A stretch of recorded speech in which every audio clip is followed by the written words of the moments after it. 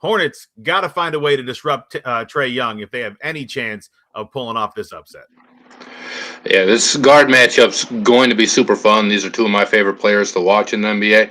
Atlanta probably a little bit disappointed to be here, after making the conference finals last year and then losing to Milwaukee, obviously. But it was a team where, people kind of expected them to maybe make that next leap and solidify themselves as top 4 or 5 in the East.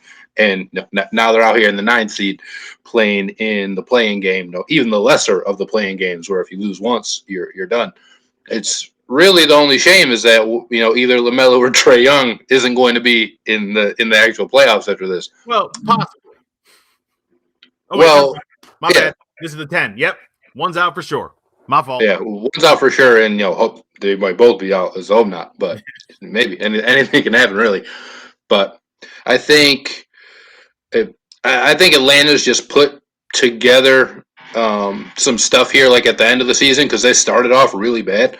To where over the last, if you took it probably 50 or 60 games, Atlanta's probably been the better team than the Hornets have. But I love the Hornets too. Shout out to Miles Bridges, one of my favorite players to watch. Obviously from Michigan State, he got their connection there, but he's been balling out. And then the Hawks just had their own set of guys, right? Guys we came familiar with last year, whether it's John Collins or Clint Capella, Kevin Huerter, and both of these teams, I think they're just looking to kind of make a statement, but it's different statements. For Charlotte, they just want to let you know we're going to be in the playoffs for years to come. We have one of the best young players in the NBA. We're going to orchestrate our offense around him. Who knows what happens with Miles Bridges this summer? I imagine they end up paying him. But Charlotte's trying to say, hey, we're here. This is our statement. And for Atlanta, they're trying to say, hey, we won a couple rounds last year. Don't forget about us. We know we slogged through the regular season, but the playoffs, everyone's 0-0 again. It's a whole new season. So I'm interested to see kind of which of those dynamics wins out. And I don't necessarily know that either of these teams are going to be an easier out. Although if I had to choose to play one, I'd probably choose to play Charlotte because I think Atlanta just has a little bit more firepower. Well, yeah, and we saw last year what happens when Trae Young gets hot. Atlanta is able to win a whole bunch of basketball games you didn't think they were able to win.